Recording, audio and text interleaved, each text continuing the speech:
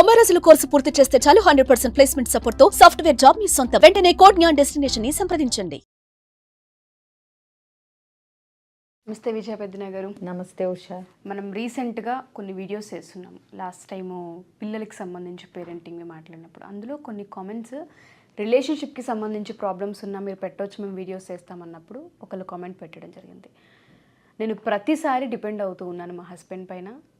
ఆయన నాకు ఏం చేయలేరని తెలుసు, నేనే చేయాలని తెలుసు, బట్ ఆ డిపెండెన్సీ ప్రతిసారి నాకు ఎమోషనల్గా ఇన్బ్యాలెన్స్ ఇస్తుంది. తెలియకుండానే కోపం వస్తుంది, చిరాకు వస్తుంది, ఫ్రస్ట్రేషన్ వస్తుంది. దీన్ని ఎలా ఓవర్కమ్ చేయాలి అని అడుగుతున్నారు. ఇలా చాలామందికి ఉంటుంది. అవతల వాళ్ళ నుంచి మనకి ఎటువంటి సహాయం అందదు అని తెలిసినా, అది కూడా భర్త విషయంలో, బట్ అగైన్ డిపెండెన్సీ ఉంటుంది. అంటే ఏ విషయంలో డిపెండెన్సీ? హెల్త్ అవ్వచ్చు, ఫినాన్షియల్ అవ్వచ్చు, లేదంటే ఏదైనా వాళ్ళకి కావాల్సిన దాంట్లో సపోర్ట్ కావచ్చు. ఓకే, ఇవ్వలేను అని తెలిసిన ప్రతిసారి కూడా ఇస్తాడేమో అన్న హోప్ ఉన్న ప్రతిసారి డిపెండెన్సీకి లోన్ అవుతుంటుంటాం. దీన్ని ఏ విధంగా చూడాలి, ఎలా ఓవర్కమ్ చేయొచ్చు? ఒక వ్యక్తి చేయలేరు అని తెలిసి కూడా డిపెండ్ అవుతాము అని అనటం, అది మరి ఎలా ఓవర్కమ్ అవ్వాలి అంటే అది వాళ్ళ లోపం ఏంటో వాళ్ళకే తెలిసిపోయింది. క్వశ్చన్లోనే అవతల వ్యక్తి చేయలేరని తెలిసి కూడా డిపెండ్ అవుతున్నాము అని అంటే నీళ్లు లేని బావిలోంచి చేదతో తోడాలి, అవి తాగి దాహం తీర్చుకోవాలి అని ఆశపడటం లాంటిది అవుతుంది. ఎందుకంటే మీరే చెప్తున్నారు ఏంటి, అతను చేయలేడు అని తెలిసి కూడా డిపెండ్ అవుతున్నాము అని. సో దాని బదులు ఏంటంటే అతను ఏం చేయగలుగుతాడు అని తెలుసుకుని అవి డిపెండ్ అవటం అన్నా నేర్చుకోవాలి. లేదా అతని మీద డిపెండ్ అవటం మానేసి మీ అంతటి మీరు వాటిని ఎలా సాధించుకోవాలి అనేది నేర్చుకోవటం అన్నా ప్రారంభించాలి. అంతే తప్పితే ఇప్పుడు false expectations, unreasonable expectations husband మీద పెట్టేసుకుని అవి తీరట్లేదని మీరే డిసప్పాయింట్ అయిపోయి మళ్ళీ ఆ ఫ్రస్ట్రేషన్ అంతా రిలేషన్షిప్లో చూపించి ఇద్దరికి గొడవలు పెంచేసుకుని నా వల్ల కాదు ముర్రో అని కనిపిస్తూ ఉన్న నిజాన్ని నువ్వు యాక్సెప్ట్ చేయలేక ఇబ్బందులు పడటం, నువ్వు ఇబ్బంది పడటం, నీ స్పౌజ్ని ఇబ్బంది పెట్టడం, ఇవన్నీ అనవసరమైన యాక్ట్స్. ఇవన్నీ ఏ విషయాల్లో అతని మీద డిపెండ్ అవ్వాలి అవుతున్నావు, నీకు శక్తి లేక, నీకు స్కిల్స్ లేక, నీకు అంటే ఆ డిపెండ్ అవ్వకుండా ఉండే స్ట్రెంగ్త్స్ లేక ఏ విషయాల్లో డిపెండ్ అవుతున్నావు ఫస్ట్ ఆ విషయాల్లో అతనికి ఉందా స్ట్రెంగ్త్. ఇప్పుడు ఫైనాన్షియల్గా డిపెండ్ అవుతున్నాను అని అనుకుందాం. సో ఫైనాన్షియల్గా డిపెండ్ అవ్వాలి అనుకున్నప్పుడు ఫైనాన్సెస్లో కూడా వైఫ్ అండ్ హస్బెండ్ వచ్చినప్పుడు ఏ విషయాల్లో అంటే ఏంటి, ఇప్పుడు ఇల్లు నడపటం అతను చేస్తున్నాడు.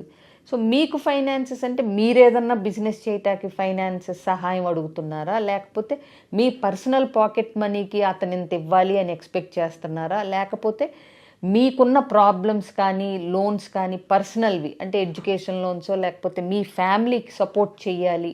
కొంతమందికి పేరెంట్స్కి కూడా అమ్మాయిలు సపోర్ట్ చేయాల్సిన అవసరం వస్తుంది. అటువైపున మీ ఫ్యామిలీకి మీ భర్త వైపు నుంచి ఫైనాన్షియల్ సపోర్ట్ ఎక్స్పెక్ట్ చేస్తున్నారా ఏంటి అన్నది ఒక క్లారిటీ ఉండాలి ఫస్ట్.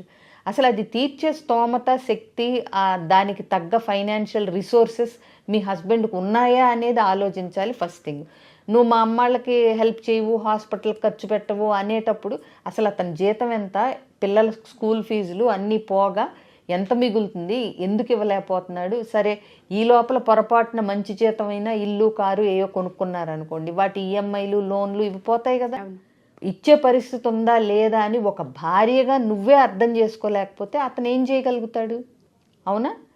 ఇలాగే రకరకాల సపోర్ట్లు, ఇప్పుడు ఎమోషనల్ సపోర్ట్ ఎక్స్పెక్ట్ చేయటం అనేది కామన్ థింగ్. అది ఇవ్వలేకపోతే కనుక హస్బెండ్స్ నేర్చుకోవాలి హౌ టు సపోర్ట్ ఎమోషనల్లీ అనేది. ఇప్పుడు కొంతమందికి ఫైనాన్సెస్ వీటితో పని ఉండదు, కానీ వాళ్ళు ఏదన్నా చేయదలుచుకున్నప్పుడు మోరల్ సపోర్టు, ఒక ఎంకరేజ్మెంట్, లేదా ఒక కీ బూస్టింగ్ ఉన్నాము అన్న ఒక భరోసాను ఎక్స్పెక్ట్ చేస్తారు. అది ఖచ్చితంగా హస్బెండ్స్ ఇవ్వాలి.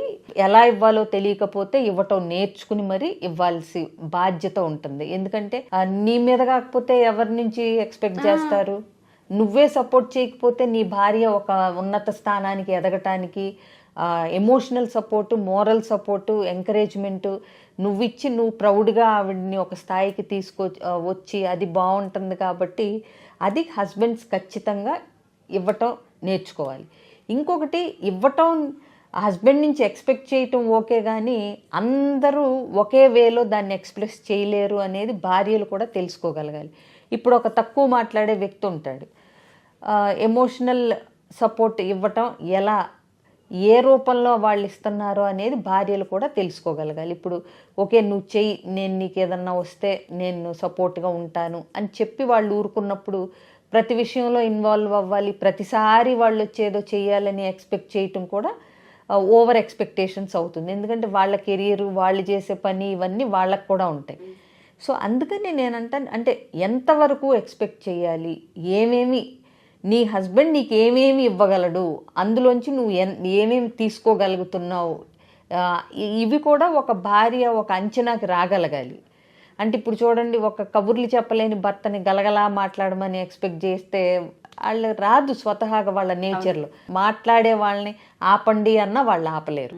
ఇప్పుడు ఒక మంచి వంట చేసే భార్య నుంచి అద్భుతంగా ఇంకేదో చేయాలని ఎక్స్పెక్ట్ చేయటం అనవసరం, అవునా?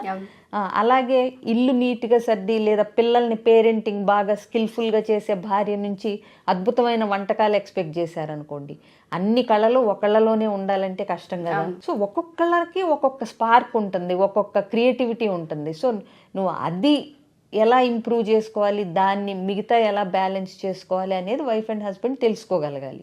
సో బట్ ఎమోషనల్ సపోర్ట్ అనేది మాటలతోనే చెప్పాలి అని ఏమీ లేదు. చేతలతో చెప్పినప్పుడు భార్య అర్థం చేసుకోగలగాలి. నీకు సపోర్ట్ ఉంటాను అన్నప్పుడు ఎలాంటి సపోర్ట్ కావాలి అనేది కూడా చెప్పుకోగలగాలి. మీరు ఇలా చేయండి, నేను హ్యాపీగా ఫీల్ అవుతాను, నాకు స్థైర్యంగా ఉంటుంది, నాకు భరోసాగా ఉంటుంది ఇలా చేస్తే అన్నప్పుడు they learn no and they will give support. Depend అయ్యే ముందలే వాళ్ళు అది మనకి చేయగలుగుతారా, వాళ్ళ దగ్గర అది రిసోర్స్ ఉందా, వాళ్ళ పర్సనాలిటీలో అది ఉందా, వాళ్ళ నేచర్లో అది ఉందా, వాళ్ళ కెరియర్లో ఆ విషయాలు ఉన్నాయా అనేది చూసి డిపెండ్ అవ్వండి. సో రియాలిటీలో ఉండాలండి. ఎగ్జాక్ట్లీ. ఇప్పుడు నువ్వు సముద్రం దగ్గరికి వెళ్ళి నా దాహం తీరట్లేదు అంటే ఎట్లా ఉషా? చిన్న బావి దగ్గరికి వెళ్ళినా నీ దాహం తీరుతుంది. అలాగే మంచినీటి బావి దగ్గరికి వెళ్ళి నాకు ఉప్పు కావాలి అంటే కుదరదు. సముద్రం దగ్గరికి వెళ్తే ఉప్పు నీళ్లు దొరుకుతాయి, అది ఉప్పు నీళ్లు దొరుకుతాయి, ఉప్పు దొరకదు యాజ్ ఇట్ ఈస్గా. సో ఏంటంటే మనం ఏది కావాలన్నప్పుడు ఎక్కడికి వెళ్ళాలి, లేదా నీ భర్త ఎలాంటి రిసోర్స్ఫుల్ పర్సను, అతని నుంచి ఏం ఎక్స్పెక్ట్ చేయాలి, ఎమోషనల్గా కానీ స్పిరిచువల్గా కానీ లేకపోతే సోషల్గా కానీ అతను ఎలా ఉంటాడు అని. ఇప్పుడు ఇంట్లోనే టైం స్పెండ్ చేసే ఒక వ్యక్తి, సైలెంట్గా ఉండటానికి ఇష్టపడే వ్యక్తి, కామ్గా ఇంట్లో ఉండటానికి ఇష్టపడే వ్యక్తిని ప్రతి పార్టీకి ప్రతి గ్యాదరింగ్కి నువ్వు రమ్మని ఎక్స్పెక్ట్ చేసి అతను రాలేదని గొడవ చేయటం వల్ల యూజ్ ఏముంటుంది? సో నా భర్త నాతో ప్రతి పార్టీకి రావాలని నువ్వు డిపెండ్ అవ్వటం అనేది అనవసరం, ఎందుకంటే అతని నేచర్లో అది లేదు. సో నేనేమంటానంటే నువ్వు సింగిల్గా ఫ్రెండ్స్ సర్కిల్ని ఏర్పాటు చేసుకుని అమ్మాయిలతోనే నీ లేడీ గ్రూప్స్తో వెళ్ళి అలవాటు చేసుకుని ఇంపార్టెంట్ అయినాటికి అతన్ని రమ్మన్నావు అనుకోండి, he will try to attend. ఎందుకంటే 4 సార్లు మీరు సొంతగా వెళ్ళిపోయి 5వది ఇది ముఖ్యం, నాతో నీకు ఇష్టం ఉన్నా లేకపోయినా బాగుండదు, రావాల్సిందే అన్నప్పుడు డెఫినెట్గా వాళ్ళు వస్తారు. 5టికి రమ్మని పోరు పెడతంటే వాళ్ళకి విసుగ్గా ఉంటుంది. సో అందుకని దేనికి డిపెండ్ అవ్వాలి అనేది మనం కూడా తెలుసుకోగలగాలి. ఎగ్జాక్ట్లీ, అవును. నువ్వు ఇవ్వలేని అవన్నీ డిపెండ్ అయ్యి వాళ్ళు మనకి ఇవ్వట్లేదు అని గోల్ చేసే బదులు మనమే రిసోర్స్ఫుల్ పర్సన్ లాగా కొన్ని మనమే సొంతగా వాళ్ళ మీద డిపెండ్ అవ్వకుండా ఉండగలగటం నేర్చుకుంటే బెటర్ కదా. Exactly. Thank you ma'am, thank you so much.